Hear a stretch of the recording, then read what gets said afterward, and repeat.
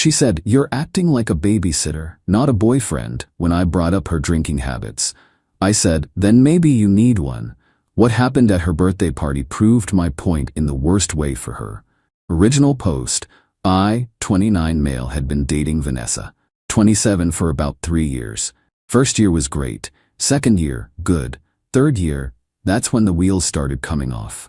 Vanessa always liked to party. When we met, we were both 26, 24. Going out on weekends was normal. But somewhere along the way, her weekend drinks became Wednesday wine nights, became why not have a cocktail with lunch. The first time I really noticed was about 6 months ago.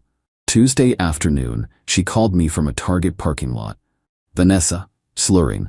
"Bab, my car won't start, can you come get me?" Me, "Are you okay, you sound?" Vanessa, "I had like 2 mimosas at brunch with Kelsey. I'm fine."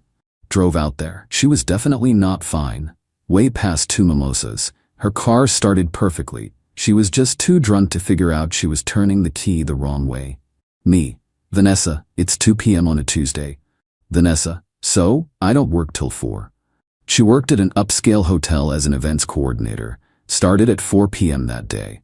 I drove her home, made her coffee, drove her to work. Didn't lecture yet, but it kept happening. Found empty wine bottles hidden in weird places.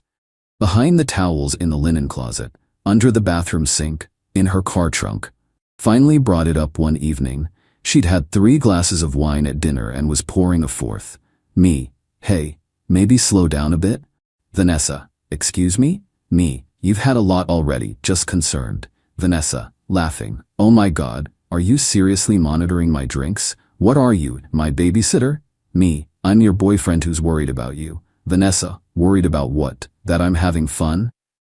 That I'm not boring?" Me, "Worried that you hid a bottle of rosé behind the winter coats." Her face changed, caught. Vanessa, "I didn't hide it, I just put it there." Me, "Why?" Vanessa, "Because you're acting like this, counting my drinks, judging me. You're supposed to be my boyfriend, not my babysitter." Me, "Then maybe you need one." Wrong thing to say. She went nuclear. Vanessa, "Are you calling me a child? I'm a grown woman. I can drink whatever I want, whenever I want." Me, "Even at work?" Silence. Another direct hit. See, I'd noticed her taking a flask to work. For emergencies, she'd said. But there were a lot of emergencies lately. Vanessa, That's different. Work is stressful. You wouldn't understand." Me, "I understand drinking at work can get you fired." Vanessa, "Stop. Just stop. You're being controlling and weird. I don't have a problem. You have a problem with me having fun." That became her mantra. I was controlling. I was boring. I was trying to change her. Classic deflection, I know now. Her 28th birthday was coming up in 3 weeks. She'd been planning it for months. Rented out a private room at a fancy rooftop bar. Invited like 50 people. New dress. Professional photographer. The works. "It's going to be epic," she kept saying. "The party of the year." I had a bad feeling. Mentioned maybe having a drink limit for the open bar. Vanessa, "There you go again. My birthday, and you want to restrict alcohol? What's next, a breathalyzer at the door?" Me, "I just think," Vanessa, "No, you know what? If you're going to be the fun police at my birthday, maybe you shouldn't come." Me, "Are you serious?" Vanessa, "Dead serious. I want to enjoy my night without you counting my drinks and giving me looks. Either come and shut up about my drinking, or don't come at all." I thought about it for exactly 5 seconds. Me, "Okay, I won't come." She blinked. "Wait, what?" "You're right. It's your birthday. You should celebrate however you want, without a babysitter." She expected me to cave, apologize, beg to come. I didn't. And that's when things got interesting. Update 1. The week before. The silent treatment lasted 2 days. Then, Vanessa tried a different approach. Love bombing. Suddenly she was super affectionate. Making my favorite dinners. Buying me little gifts. Accidentally. Leaving her laptop open to the party planning spreadsheet, where my name was still on the guest list. Vanessa, "You know I didn't mean it, right? About not coming? I was just frustrated." Me, "I know you meant it, and it's okay. Enjoy your party." Vanessa, "But everyone will ask where you are."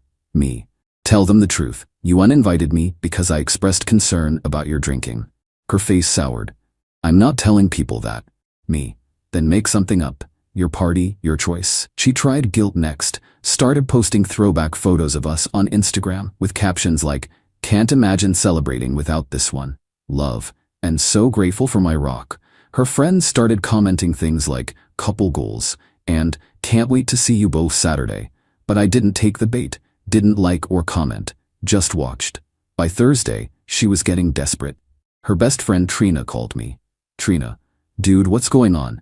V said you're not coming Saturday." Me, "She uninvited me." Trina, "But why? You guys seemed fine last week." Me, "Ask her." Trina, "I did. She said you guys had a fight but won't say about what." Me, "Then I guess she doesn't want you to know." Trina, sighing, "Is this about the drinking thing? Interesting. So others had noticed." Me, "What drinking thing?" Trina, "Come on, we all know V goes hard, but it's her birthday." Me, "Exactly. Her birthday, her choice. I'm respecting her wishes." Friday night, Vanessa made one last attempt. Came home from work already tipsy. Vanessa, "So you're really not coming tomorrow?" Me, "You really uninvited me. Remember, don't come at all," were your exact words. Vanessa, "I was emotional. You know I didn't mean it." Me, "You meant it enough to say it, and you've had a week to formally re-invite me." You haven't. Vanessa, "This is stupid. Just come." Me, "No." Vanessa, "Why are you being so difficult?" Me, "I'm not being anything. I'm respecting your boundary. You said my concerns about your drinking would ruin your fun, so I'm removing myself from the equation." She started angry crying. "You're going to embarrass me. Everyone expects you there." Me, "Then you should have thought about that before uninviting me." She slammed the bedroom door. I slept on the couch, not because she kicked me out, because I wanted to. Saturday morning I woke up early, made myself breakfast. Vanessa emerged around 10 a.m.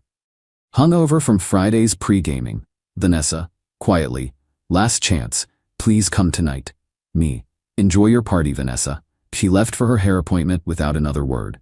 I had plans too, but not the kind she expected. Update 2, the birthday party. While Vanessa was getting ready for her big night, I was productive. Deep cleaned the apartment, went to the gym, met my buddy Carlos for lunch. Normal Saturday stuff. Around 3 p.m., I started getting texts. "Trina, where are you?" "What? V says you're fighting?" Her cousin Malik, "Bro, you coming tonight or what?" Her work friend Sandra. "Vanessa seems stressed. Everything okay?" Didn't respond to any of them. Not my circus. By 7 p.m., the party had started. I know because Vanessa's Instagram story was popping off. Videos of her doing shots. Boomerangs of champagne toasts. The usual birthday girl energy. Talk posts. 8 p.m. Her story showed her dancing on tables. 9 p.m. Multiple shots in a row. People chanting birthday girl. 10 p.m. Things got sloppier. Videos were blurrier. Her mascara was running. Then the story stopped. At 10:47 p.m. my phone rang. "Trina. Trina." Panicked. "Joel, we need you here, now." Me, "What's wrong?" Trina, "Via, she's really messed up, like really bad. She threw up in the photo booth. Security is threatening to kick us all out." Me, "So leave." Trina, "We can't, she's crying about you not being here. Making a scene. She tried to fight a girl who asked where you were. Management is pissed." Me, "Sounds like she's having the exact birthday she wanted, without a babysitter." Trina, "This isn't funny, she's about to get banned from here." Me, "Then maybe someone should have limited her drinks." Oh wait, that would be controlling, right? Trina, "Please, she needs you." No, she needs to face the consequences of her choices. Call her an Uber. Hung up, phone immediately blew up.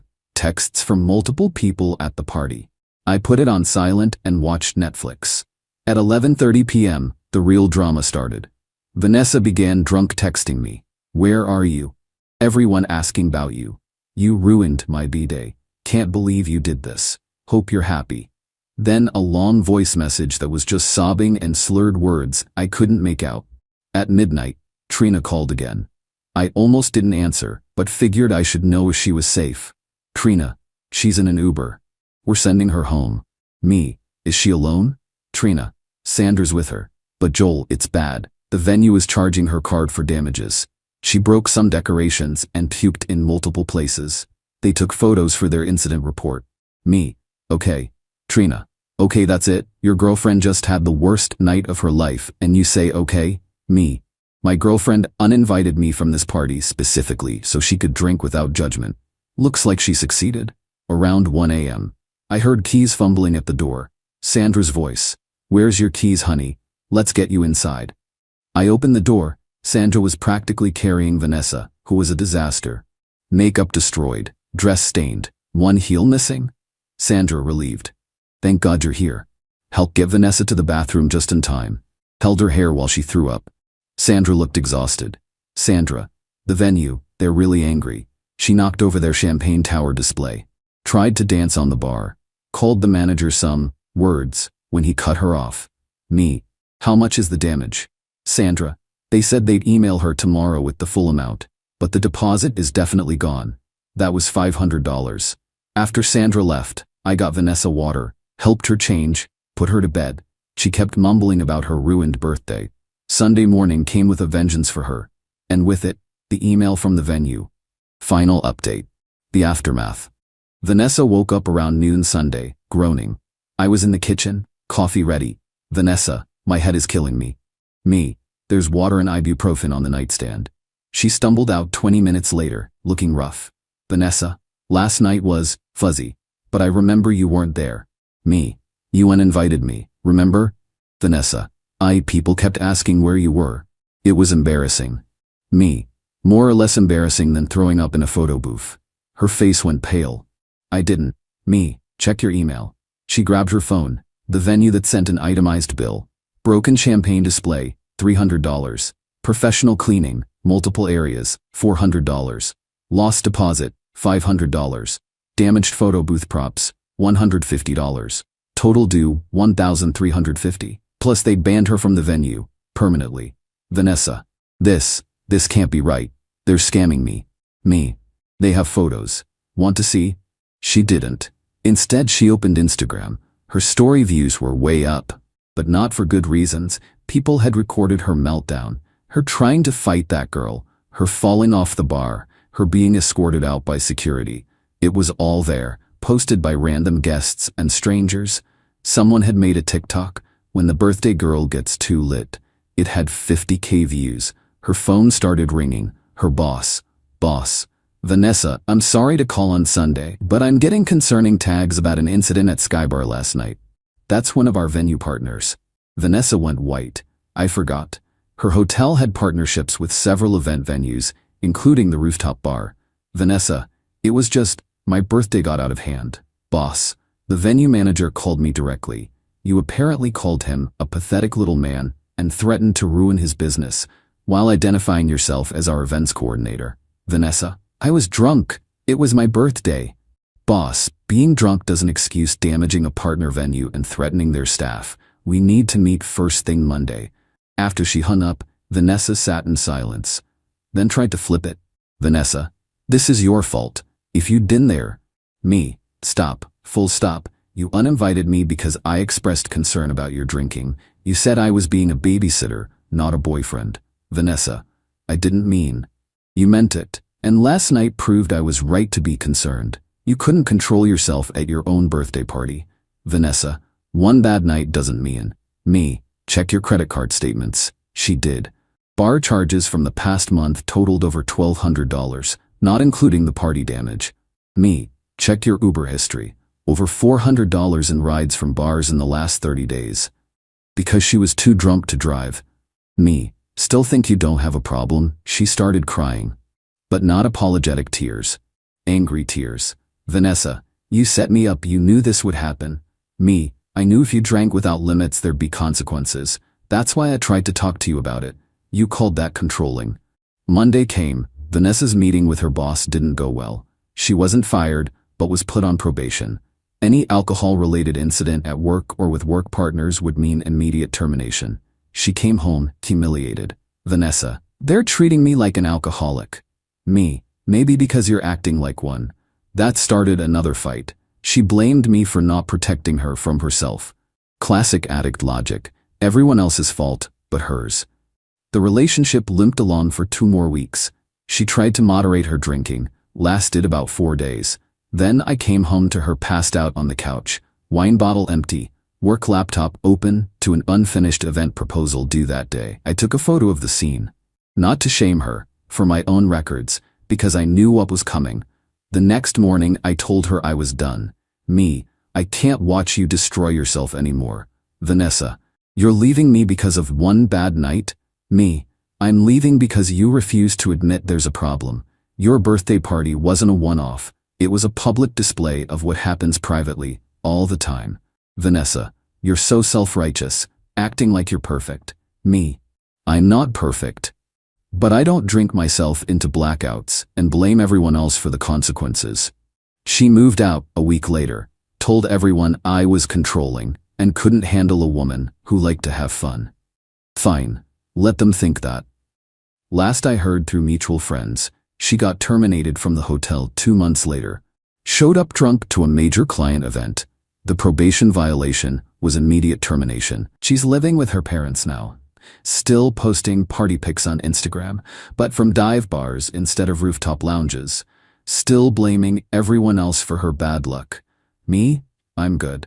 Dating someone new who thinks 2 glasses of wine is a wild night. Boring? Maybe. But I'll take boring over chaos any day. The birthday party? It became legendary in our social circle. Not in a good way. Don't pull a Vanessa is now code for getting too drunk at your own event. She said I was acting like a babysitter, not a boyfriend. Turns out she was right. She needed a babysitter. But I wasn't volunteering for that job anymore.